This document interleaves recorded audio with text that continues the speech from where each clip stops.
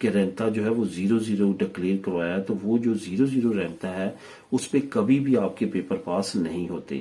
حکومت دیکھتی ہے کہ یہ تو پہلے ہی 0-0 پہ چل رہا ہے, یہ کل کو بندے کو سیلری کہاں سے دے گا.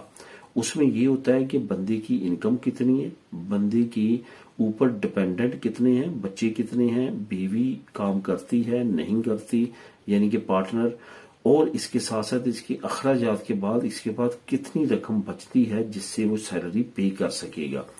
اگر تو آلریڈی اس میں بھی بندے کام کر رہے ہیں اور بندہ خود چھوڑ کے گیا ہے, کمپنی نے اس کو نہیں نکالا, اس بندے کی جگہ وہ آپ کو کانٹریکٹ دے رہے ہیں کہ آپ کو ہم رکھنا چاہتے ہیں, اور اس کے بعد جو ہے ان کی ڈکلیریشن میں بھی یہ چیزیں ثابت ہیں کہ وہ پے کر رہے ہیں آلریڈی ملازموں کو, اور سارا سسٹم سموتھلی چل رہا ہے, تو پھر تو اس کے چانسز بڑھ جاتے ہیں.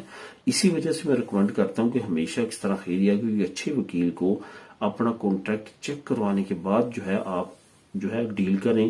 اماؤنٹ اگر پہلے دینی ہے جو وہ دیں, اول تو پہلے دینے کی ضرورت نہیں ہے, پیپر پاس ہونے کے بعد سارے دیں, اور یہ ساری چیزیں جو ہیں بہت زیادہ سمجھ بوجھ کے کریں کیونکہ اس میں بہت زیادہ لوگ جو ہیں وہ فراڈ کر رہے ہیں.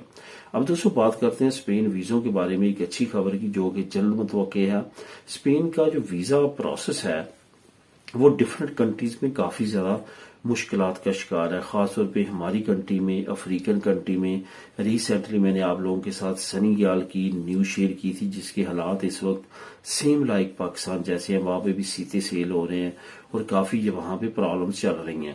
اسی طرح پاکستان میں بھی چل رہی ہیں. بہت سارے ممالک ایسے ہیں جہاں پہ صرف اسپین کی نہیں, اٹلی کی, مالٹا کی, گریس کے اور کافی دوسری کنٹری کے یہ مسئلے مسائل ہیں. وہاں پہ مافیا کافی زیادہ سرگرم ہے اور کافی زیادہ پرابلمز وہاں کے لوگوں کو ہو رہی ہے جو کہ ان کنٹریز میں اپنے ریلیٹیوز کو بلوانا چاہتے ہیں. ان تمام چیزوں کو آخری مراحل میں ابھی بہت کم ٹائم رہ چکا ہے کہ یہ ساری چیزیں آخری مراحل میں داخل ہو چکی ہیں, اور یہ جو پروسیس ہے جو ابھی شروع ہونے جا رہا ہے اس پروسیس میں آگے یہ سارے مسئلے مسائل جو ہیں وہ ختم ہو جائیں گے. پروسیس کیا ہے, سینٹرلائز کرنے جا رہا ہے یورپی یونین تمام ویزا کو, جو کہ کسی پہ بھی محتاج نہیں ہوگا, کسی ایمبیسی پہ بھی آپ نے آن لائن اپنی فائل کو سبمٹ کرنا ہوگا, سیم لائک جیسے ابھی یو کے سینٹرلائز سسٹم پہ کام کر رہا ہے, امریکہ سینٹرلائز سسٹم پہ کام کر رہا ہے, کینیڈا کر رہا ہے, آسٹریلیا کر رہا ہے, نیوزی لینڈ کر رہا ہے, اور باقی کچھ ترقی یافتہ کنٹریز ہیں وہ تمام کی تمام سینٹرلائز پہ کام کر رہی ہے جس میں جاپان بھی شامل ہے. تو اسی طرح سے اب شنجن ویزا بھی سینٹرلائز ہونے جا رہا ہے. سینٹرلائز میں کیا ہوگا, آپ نے فائل کرنی ہے, آپ کو نہیں پتا ہوگا دنیا میں کون سا بندہ آپ کی فائل چیک کر رہا ہے, آن لائن وہ تمام پروسیس کریں گے اور وہیں پہ آپ کی فائل کو ایکسیپٹ یا ریفیوز کیا جائے گا. اس کے بعد آپ کا سلسلہ آگے بڑھے گا. آپ نے اپنے گھر سے بھی کہیں نہیں جانا, صرف اپنے سسٹم پہ چیزیں اپلوڈ کر دینی ہے. یہ ایک بہت اچھی چیز ہے جو کہ ان قریب آنے والی ہے, اور اس کے بعد آپ کی تمام پریشانیاں جو ہیں وہ ختم ہو جائیں گی انشاءاللہ. اب بات کرتے ہیں یورپی یونین کا نیا ڈپورٹ قانون جو کہ متوقع ہے. اصل میں یورپی یونین اس پروسیس پہ کام کرنے جا رہی ہے کہ جو تھرڈ کنٹریز کے لوگ یہاں پہ آ کے اسائلم یا ازیل لیتے ہیں اور اس کو جھوٹ کے ساتھ اپلائی کرتے ہیں اور وہ پکڑے جاتے ہیں, ان کے کیسز کو ریجیکٹ کر دیا جاتا ہے.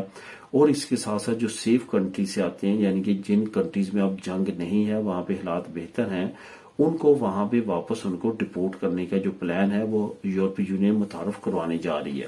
ایک تو اسائلم وغیرہ جن کے ریجیکٹ ہوئے ہیں, دوسرا وہ کنٹری سے لوگ جو کہ اب وہاں پہ امن و امان ہے, وہاں پہ جنگ نہیں ہے, وہاں پہ ان کو واپس ریٹرن بھیجا جائے گا.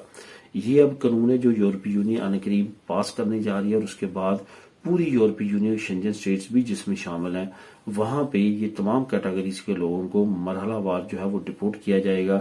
وہ سینٹرلائز سسٹم سے کیا جائے گا, ڈی سینٹرلائز سسٹم سے نہیں کیا جائے گا. اب دوستوں آخر میں بات کریں گے 1449 یورو انگریس نیو وطال کا جو نیا قانون ہے وہ اب حکومت نے متعارف کروایا ہے, اور اس سے کون لوگ فائدہ اٹھا سکتے ہیں. اس کی مکمل اگر آپ ڈیٹیل ریڈ کرنا چاہیں گے نیچے آپ کو لنک نمبر 2 مل جائے گا, وہاں پہ آپ جا کے یہ ساری چیزیں خود بھی ریڈ کر سکتی ہیں. میں اوور آل اس کی آپ کو ایک اوور ویو دے دیتا ہوں. سب سے پہلے تو ایک چیز یہ ذہن میں رکھنی ہے, یہ جو نیا قانون ہے یہ 23 سال سے لے کے 65 سال کے لوگوں کے درمیان ہے. اس میں جو لوگ فیملیز ہیں جن کی یہاں پہ اور خاص طور پہ نمروسہ یا خدا نخواستہ صاحب کا کوئی بچہ اپاہج ہے یا اس طرح کا کوئی مسئلہ ہے تو ان کے لیے یہ خاص طور پہ بہت اہم ہے، ان کے لیے یہ لانچ کی گئی ہے۔ اب یہاں پہ اگر آپ انڈیویجول ہیں اور بچہ 1 2 3 بھی ہیں تو پھر بھی آپ اس کو اپلائی کر سکتے ہیں۔ یہ ٹوٹل جتنی انگریسو منیمم ہے سالانہ یعنی کہ 17,392 یورو اس تک آپ کو ملیں گے، یعنی کہ مہینے کی 1449 یورو۔ یہ کافی اچھی انگریسو منیمم مقدار ہے، اگر آپ اس پہ پورا اترتے ہیں تو لازمی طور پہ یہ اپلائی کریں۔ اس کی مزید ڈیٹیل آپ نیچے لنک کو کلک کر کے ریڈ کر سکتے ہیں۔ ملیں نیکسٹ ویڈیو میں نئی اپڈیٹس کے ساتھ۔ اللہ حافظ۔